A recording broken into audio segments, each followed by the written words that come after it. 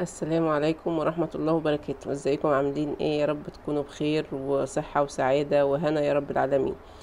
عاملين ايه احلى متابعين في الدنيا؟ يا رب تكونوا بخير كده دايما وبصحة. النهاردة بقى طبعا يعني جايين في هي اكلة، بص هي اكلة جديدة بالنسبة لي بصراحة. انا اول مرة اعملها. كنت بقلب كده في اليوتيوب كده فلقيت فكرة جميلة كده عجبتني. انا بصراحة كنت قاعدة محتارة ان احنا نفطر ايه.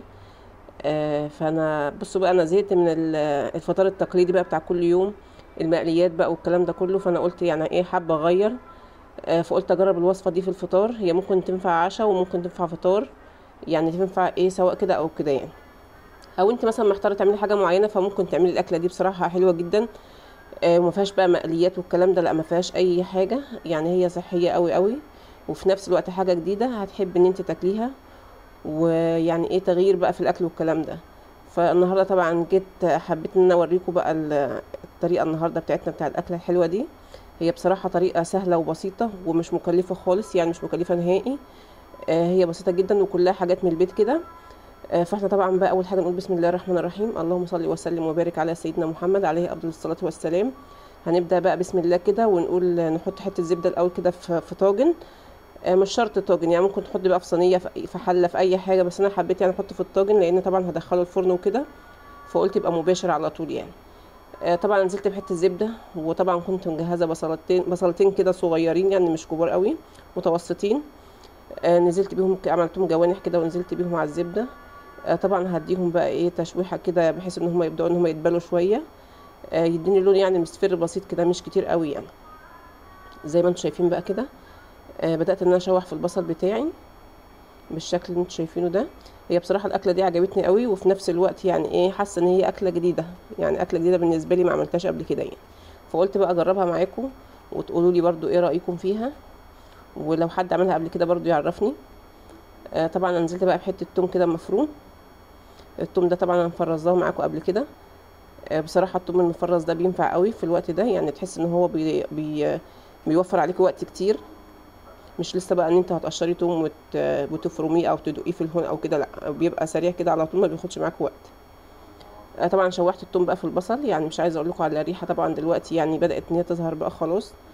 معايا بقى بطاطس كده مقشراها ومقطعها زي ما انتم شايفين كده حلقان كده. طبعا البطاطس دي الكميه بقى اللي انت عايزاها بتعمليها. دول حوالي 3 حبات بطاطس متوسطين، انا عملتهم زي ما انتم شايفين بالشكل ده كده، ونزلت بيهم بقى على البصل بتاعنا والثوم. هديهم بقى ايه تشويحه برضو كده ايه تقليبه مع بعض. يعني هي كلها اكله في حاجه واحده كده ايه سريعه سريعه كده، ما بتاخدش بقى وقت ولا مجهود ولا اي حاجه، يعني في 10 دقايق كده بتكوني عملتيها وانجزتيها كمان.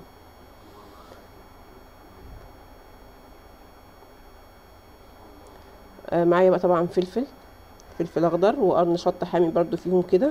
لو مش حابه بقى الشطه الحاميه عادي، يعني هو اهم حاجه موضوع الفلفل الاخضر ده. بتقطعيه كده، ولو عندك فلفل الوان برضو عادي مفيش مشكله. يعني الوصفه دي بقى بصي بقى ابتكارات بقى، ابتكري بقى زي ما انت عايزه. هو عامه يعني الاكل فن وابتكارات، يعني ما تلتزميش بحاجه معينه، لا زي ما انت بقى عايزه تفنني كده، والتكات بتاعتك والحركات بقى الجميله بتاعتكوا دي، يعني ايه زي ما انت حابه بقى تعملي وتزودي في الوصفه بتزودي براحتك.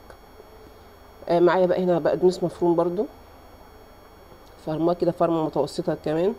حطيته بقى على الفلفل مع البطاطس والبصل والكلام ده كله زي ما انتم شايفين بقى كده، يعني الالوان بصراحه بتتكلم عن نفسها، حاجه كده بقى يعني ايه من الاخر. هنديهم برضو تقريبا مع بعضهم كده. هبدأ بقى انزل بالبهارات بتاعتي الجميلة بقى اللي بتفتح النفس. معايا معلقة بابريكا، معلقة فلفل، معلقة كمون، يعني معالق صغيرة كده مش كبيرة. يعني نزلت بقى بالملح. الملح بقى طبعا على حسب بقى الكمية اللي معاكي. طبعا بقى احنا عينينا بتبقى نظر يعني الكمية اللي هي بتبقى محتاجاها في الملح يعني. هنديهم بقى تشويحة كده. انا مش عايزة اقول لكم في الوقت بقى ده كانت عايزة تتاكل نية بصراحة، مش محتاجة حاجة تانية غير كده. هنديها بقى تشويحة مع بعضها كده، يعني حلوة حلوة من الاخر يعني.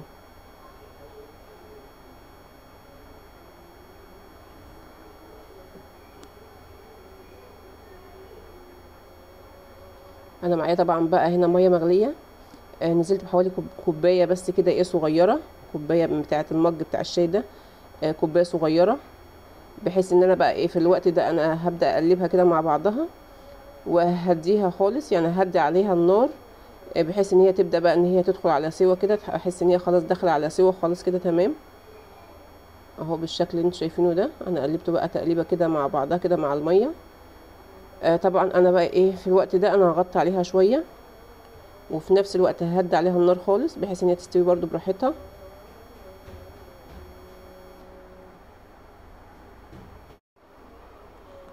بصوا بقى ده شكلها اهو، بدأت بقى تشرب المية بتاعتها خالص. هنا بقى في المرحلة دي بقى هنزل بقى بالبيض بتاعي. انا طبعا معايا هنا 3 بيضات، انا عملت 3 بيضات. لو انت حابة تزودي عن 3 مفيش مشكلة، تقللي برضو عن 3 مفيش مشكلة، دي حاجة براحتك.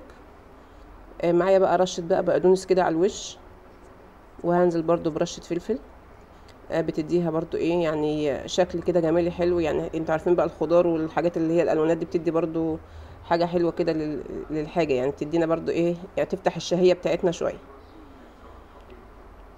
زي ما انتوا شايفين بقى كده، انا برضو ههدي عليها شوية واغطي عليها النار بحيث ان هي ايه توصل للمرحلة دي كده. ابدأ بقى ان هو البيض يبدأ خلاص هيستوي.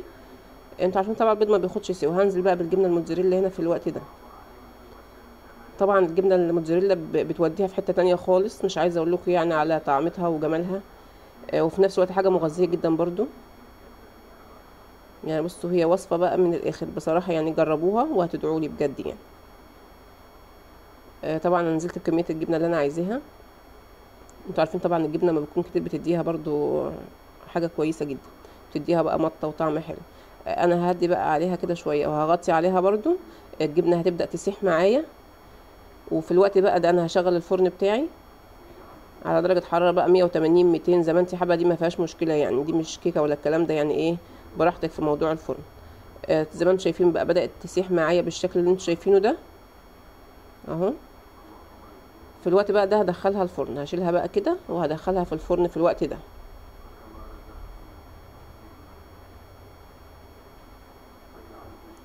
بصوا بقى يعني على جمالها وعلى شكلها، يعني بصوا هي بتتكلم عن نفسها بصراحة. وصفة حلوة وجميلة وما خدتش وقت خالص، يعني كل ده في ثواني كده، ما خدتش وقت معايا خالص.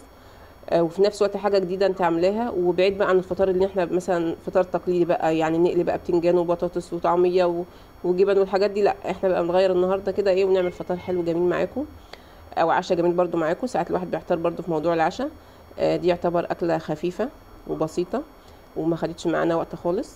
اتمنى برضو ان هي تكون تعجبكم ان شاء الله. وعايزه برضو تقولوا لي ايه رايكم في الكومنتات. وعايزه بقى كلام حلو من بتاعكم الجميل ده اللي بيشجعنا. هبدأ بقى طبعا ان انا احطها كده بقى قدامي على الرخامة بالشكل اللي انتوا شايفينه بقى الجميل ده. هي حاجة بصراحة كانت حلوة قوي، واول تجربة ليا في موضوع ان انا اعمل اكلة زي دي. بصراحة كانت حلوة قوي. هبدأ بقى انا طبعا اشيل منها واحط بقى في الطبق الجميل اللي قدامكم ده. طبعا حطيت بقى حتة طماطم كده وخيارية وقرنين شطة كده ايه جنبها، بحيث ان هي برضو ايه تبقى شكلها حلو، وفي نفس الوقت برضو ايه حاجة تفتح النفس جنب الاكل. بصوا بقى يعني كانت جميله بصراحه من الاخر. يعني بصوا الجبنه حتى سايحه على الوش وجميله قوي مع الخضار بقى والبطاطس، كان طعمها بصراحه حلو جدا. هبدا بقى ان احطها هنا في الطبق قدامي. بصوا بقى يعني هي طالعه بقى بتدخن كده وجميله بصراحه يعني. فانا حبيت ان انا اوريكم الوصفه بتاعتي بحيث ان انتوا برضو لو حبيتوا تجربوا برضو ان انتوا تعملوا الاكله دي مش هتندموا. هي اكله حلوه جدا ومش مكلفه خالص، يعني كلها حاجات عندك في البيت. يعني بصوا يعني حتى يعني اكنها خرطة كيكة كده جميلة، حاجة حلوة كده من الاخر يعني.